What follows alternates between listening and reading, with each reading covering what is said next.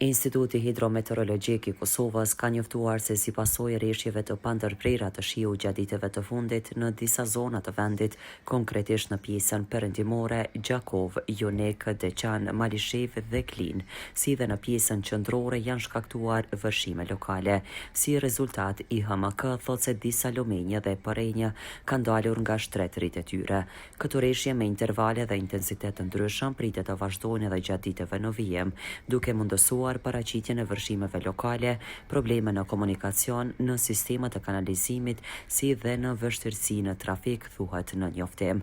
Aktualisht, lumenjet kryesor të vendit, veçanërisht ata në pjesën qendrore, lindore dhe jugore, Ibri, Stinica, Lepenci dhe Morava, paraqesin ngritje të lehta të nivelit të ujit.